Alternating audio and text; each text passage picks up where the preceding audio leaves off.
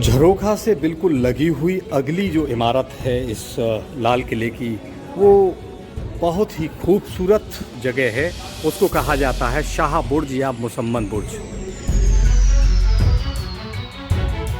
जब सन 1658 में औरंगज़ेब ने अपने पिता शाहजहाँ को कैद कर लिया, तो इसी जगह पर मुसम्मन बुर्ज में ही उन्होंने अपने जीवन के अंतिम 8 वर्ष यहीं पर बिताए थे कैद में। तो ये वो जगह है जहाँ पर बादशाह शाहजहाँ अपने कैदी जीवन बिताया था।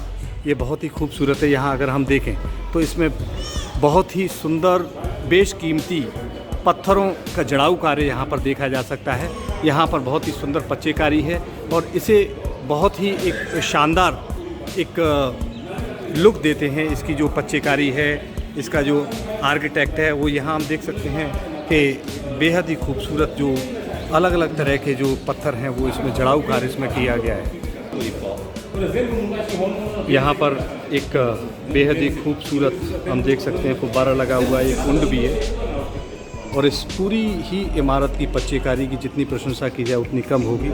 और कहा जाता है कि अपने जीवन के अंतिम दिनों में बादशाह शाहजहाँ यहीं से ताजमहल को देखते हुए ही उन्होंने अपनी जीवन लीला को समाप्त किया था। और इसी मुसम्मन बुर्ज से ही बादशाह शाहजहाँ के शव को ले जाया गया यमुना नदी से होते हुए और ताजमहल में उन्हें दफना दिया गया। इसमें अभी भी बेहद ही सुंदर जो पत्थर हैं उनके जड़ाऊ कार्य को देखा जा सकता है। कुछ जगह जो खाली दिखाई दे रही हैं इनको लोगों द्वारा नुकसान भी पहुंचाया गया है, जो कि अब यहाँ पर इनके खाली जगह के रूप में दिखाई देता है। ये हमारा नैतिक दायित्व भी होता है कि जब हम स्मारकों को घूमें तो उनको संरक्षित भी करें, उनके बारे में जानकारी प्राप्त करें, उन्हें किसी भी रूप में नुकसान न पहुँचाएँ। ये हम लोगों की नैतिक जिम्मेदारी है। मुसम्मन बुर्ज के इस आंगन में अगर हम ध्यान से देखें तो यहाँ पर जो ये खाने बने हुए हैं, ये दरअसल कोई सामान्य खाने नहीं हैं, बल्कि ये चौसर के खेल के खाने हैं। और इन खानों में गोटियों के स्थान पर बादशाह जो हैं वो दासियों को खड़ा करके इस खेल को खेला करते थे। तो मुसम्मन बुर्ज के इस आंगन में हम देखें तो ये चौसर भी यहाँ पर बनी हुई है। मुसम्मन बुर्ज के ठीक सामने अगर हम देखें तो एक छोटा सा झरना भी हमें दिखाई दे रहा है। ये बेहद ही खूबसूरत, इस पर संगमरमर का कार्य भी किया गया है। जो झरना बहुत ही खूबसूरत दिखाई दे रहा है। यहाँ से होकर के पानी बहुत ही खूबसूरत दिखाई देता हुआ बहता हुआ। और ये सामने हम ठीक इसके देखें तो ये मुसम्मन बुर्ज है।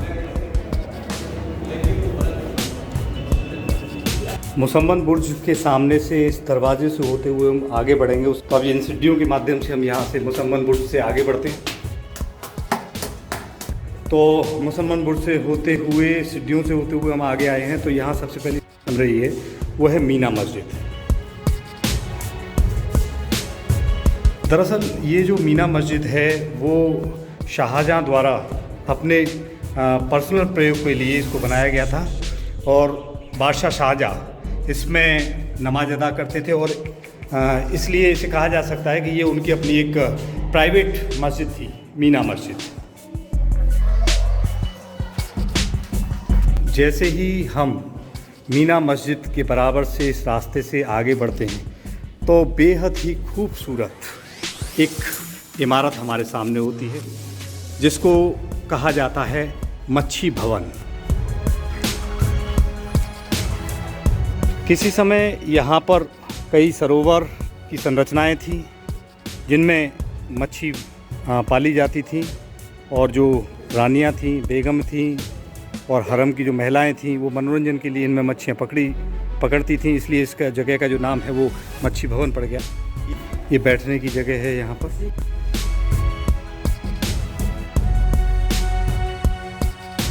यहाँ पर अगर हम देखें सामने कई आपको कमरे दिखाई दे रहे हैं।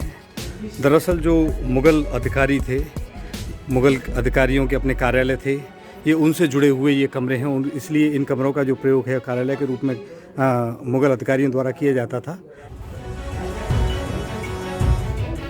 मच्छी भवन की इस इमारत से लगी हुई एक इमारत है जिसका नाम है दीवान खास। जैसा कि इसके नाम से आप समझ सकते हैं कि ख़ास लोगों के लिए बनाई गई एक ऐसी इमारत जहां बादशाह अपनी ख़ास लोगों के साथ, ख़ास मनसबदारों के साथ, ख़ास अधिकारियों के साथ बैठ कर के विभिन्न विषयों पर मंत्रणा कर सके। तो वो जो जगह है वो है दीवाने ख़ास। और इस स्वरूप में जो हम देख रहे हैं ये संगमरमर की बनी हुई है दीवाने ख़ास, और इसको बनवाया था शाहजहाँ द्वारा। वाइट मार्बल का जो कार्य हम देख रहे हैं वो शाहजहाँ के समय में इन इमारतों में किया गया। इन इमारतों को, वाइट मार्बल की इमारतों को शाहजहाँ ने बनवाया था। ये बेहद ही खूबसूरत है और इसकी अपनी एक कई किस्से इतिहास के इस जगह से जुड़े हुए हैं, और उनमें से एक किस्सा मैं आपको अभी बताऊंगा। उससे पहले ये मैं जगह आपको दिखा रहा हूँ, ये है दीवाने ख़ास। अगर हम इसमें देखें तो ये जाने के लिए ऊपर सीढ़ियाँ बनी हुई हैं, और ध्यान दें तो देखिए ये बेहद ही खूबसूरत इसके पिलर हैं जिन पर सुंदर पच्चेकारी का काम भी किया गया है। और अगर हम देख पा रहे हैं तो सामने दीवाने ख़ास में वहाँ पर उर्दू और फ़ारसी में बहुत सी बातें भी लिखी हुई हैं यहाँ पर।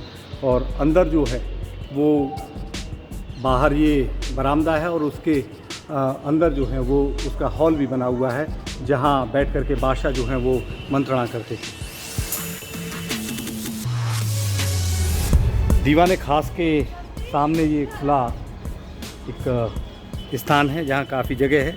मैं आपको दीवाने ख़ास से जुड़ा हुआ एक इतिहास का बहुत ही रोचक किस्सा बता रहा हूँ। ये बात है सन 1666 की, जब पुरंदर की संधि के बाद शिवाजी महाराज जो हैं अपने बेटे संभाजी के साथ औरंगज़ेब से मिलने के लिए आए थे।